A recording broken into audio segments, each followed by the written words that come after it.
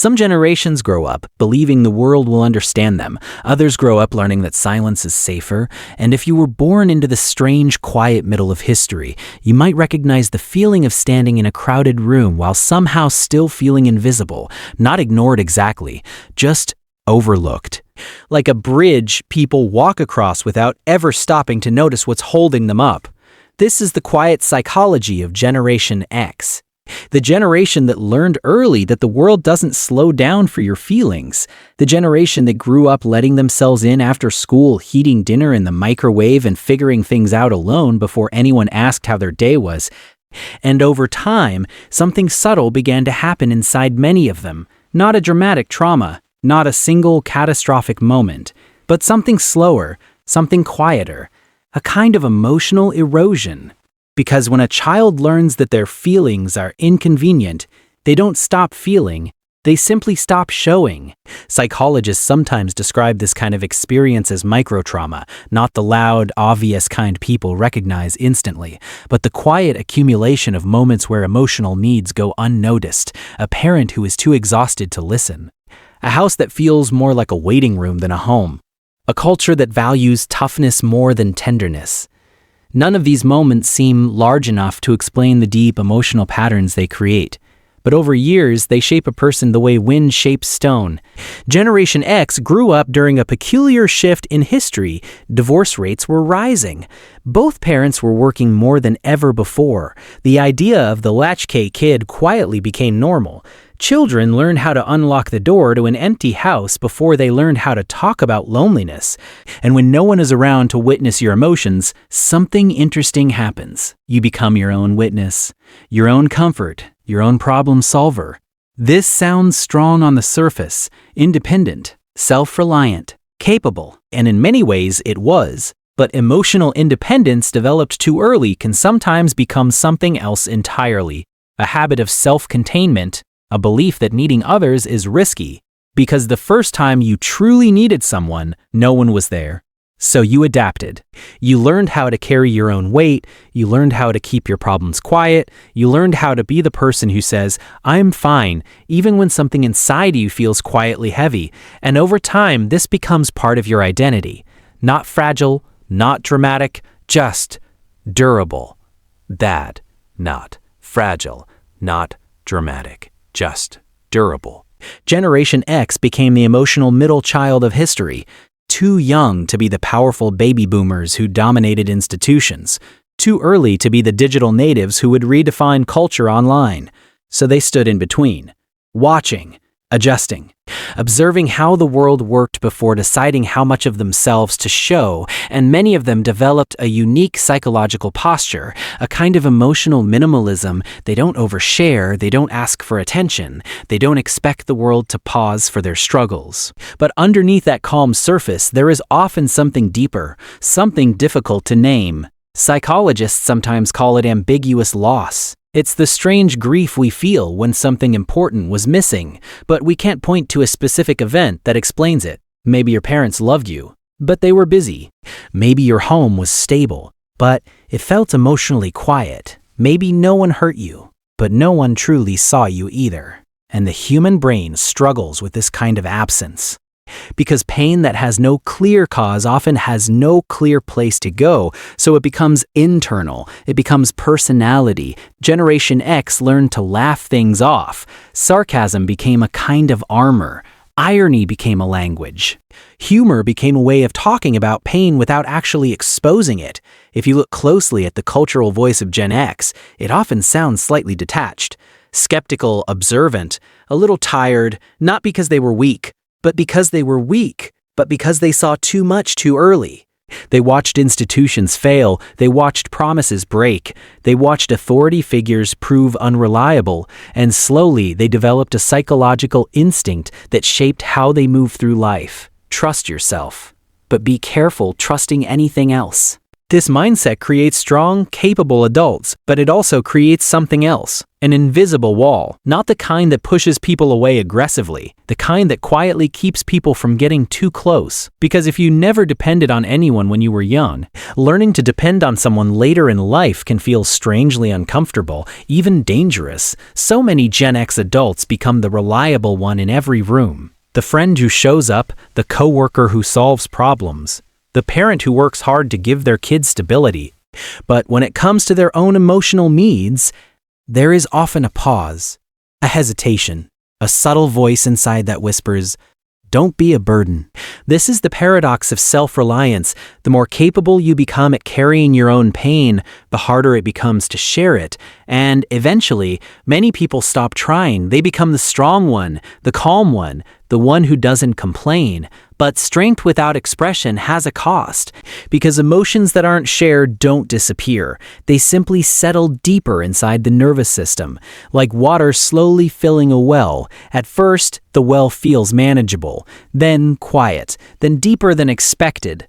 And one day, someone asks a simple question: "How are you really doing?" And suddenly, the answer feels too complicated to explain. So the familiar response returns: "I'm fine." Generation X became masters of that phrase, not because they were dishonest, but because they were trained very early to believe that emotional survival means handling things privately. But the human mind was never designed to live entirely alone inside itself. We are wired for witnessing, for someone to see us and understand something we haven't fully said yet. And when that witnessing is missing during childhood, people often grow into adults who feel strangely uncomfortable when someone tries to see them too clearly.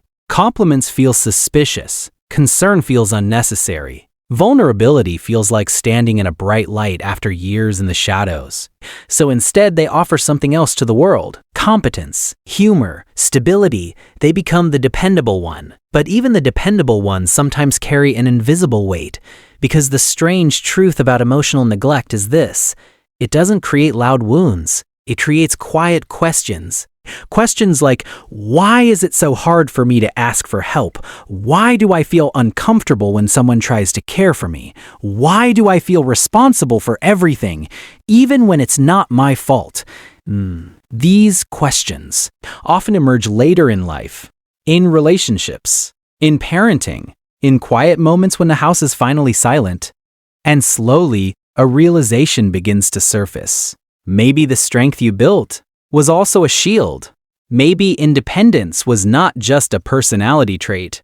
Maybe it was a survival strategy, because when a child learns that comfort is unreliable, they don't become weak, they become self-sufficient. But self-sufficiency can sometimes turn into emotional solitude, and solitude, when carried for decades, begins to feel less like freedom, and more like a quiet, invisible distance from the rest of the world. But something important needs to be said here. This distance did not come from failure, it came from adaptation. Because every behavior we develop in childhood has a purpose. Every emotional pattern begins as protection. And for many people in Generation X, that protection began the moment they realized something silently powerful. If no one is coming to rescue you, you learn how to rescue yourself. But here is the deeper question that almost no one asks. What happens when the child who learned to survive alone grows into an adult who no longer has to? What happens when the armor that once protected you becomes the very thing that keeps connection just out of reach? And this is where the real psychological story of Generation X begins to unfold, because beneath the independence, the resilience, and the quiet strength, there is another truth waiting to be understood. A truth about survival, a truth about identity, and a truth about why letting people in can sometimes feel harder than carrying the weight alone. Than carrying the weight alone. Than carrying the weight alone. Because survival strategies are strange things. They work so well that we forget they were never meant to last forever. Imagine a child who grows up in a cold environment. They learn to build fires. They become incredibly skilled at gathering wood, protecting the flame, surviving the winter. But what happens when spring arrives? If that child never learned that seasons change, they may continue carrying wood long after the fire is no longer needed. This is what happens with emotional survival strategies. The mind that learned to survive alone often keeps operating as if the world is still empty, even when people are finally standing nearby. This creates a quiet tension inside many adults from Generation X. They want connection, they value loyalty, they often become deeply devoted friends, partners, and parents. But there is still a subtle instinct running beneath the surface. Don't rely too much. Don't expect too much. Don't expect too much, handle it yourself. These instincts were once protection. But over time, they can begin to shape relationships in unexpected ways. For example, many Gen X adults become the emotional stabilizers in their families. They become the calm one when things fall apart, the one who solves problems quietly, the one who absorbs stress without making noise about it. And while this strength is admirable, it can also become exhausting, because when you are always the stable one, people sometimes forget that you need support too. This leads to something psychologists sometimes call invisible burnout, not the dramatic kind that explodes outward, but the quiet kind, the kind where someone continues functioning perfectly on the outside while something inside slowly grows tired. They keep showing up. They keep fixing problems. They keep carrying responsibility. But somewhere deep inside, a quiet voice begins whispering a question they rarely allow themselves to ask. Who takes care of me? And this question can feel almost uncomfortable because for someone who learned to survive alone, needing care can feel unfamiliar, even selfish, even weak. But here is the truth the human nervous system eventually forces us to face. Strength without support eventually turns into loneliness, not the loud kind, but the quiet kind, the kind that exists even inside full houses and long friendships. The kind where someone feels deeply loved, but still slightly unseen, and yet there is another side to this story. Because the very experiences that shaped Generation X also gave them something rare. Perspective. They learned early that life is unpredictable, that authority is imperfect, that systems break, that people disappoint. But they also learned something powerful that many generations struggle to understand: how to stand on their own feet, how to adapt, how to endure uncertainty without collapsing. And this resilience becomes incredibly important later in life. Because when people eventually begin examining their emotional patterns, they realize something surprising. The independence they built is not the problem. The problem is believing they must carry everything alone. There is a difference between strength and isolation, between independence and emotional distance, between resilience and quiet self-abandonment. Healing often begins the moment someone notices that difference, not with dramatic change, but with small moments of awareness. A moment when someone admits they are tired, a moment when they allow someone else to help, a moment when they stop automatically saying "I'm fine" and instead pause long enough to feel what is actually happening inside. These moments can feel strangely vulnerable at first, like learning a new emotional language after decades of speaking silence. But vulnerability is not weakness. It is simply honesty without armor. And when someone who has spent years being the strong one begins to practice that honesty, something unexpected happens. The invisible wall begins to soften, not collapse, just soften. Because people who learn to survive alone often discover something beautiful when they finally allow themselves to be seen. Others were waiting for that moment too. Friends who always sensed something deeper beneath the sarcasm. Partners who knew there was a quiet emotional ocean hidden beneath the calm surface. Children who didn't need a perfect parent, just a human one. And slowly, connection begins to feel less threatening, less risky, more natural. This doesn't mean abandoning independence. It simply means expanding it. True emotional maturity is not about needing others constantly. And it is not about rejecting support entirely.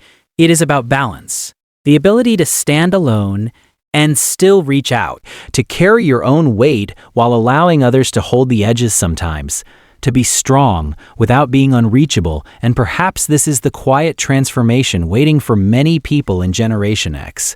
Not a reinvention, but a soft rebalancing, a recognition that the survival skills of childhood built incredible resilience, but adulthood allows something else: connection by choice. Because the truth is, the child who learned to rescue themselves deserves something now that they never had before: witnessing. Someone who listens, someone who understands the quiet history behind their strength, and maybe that someone can also be themselves. Because self-compassion is often the missing piece in this story.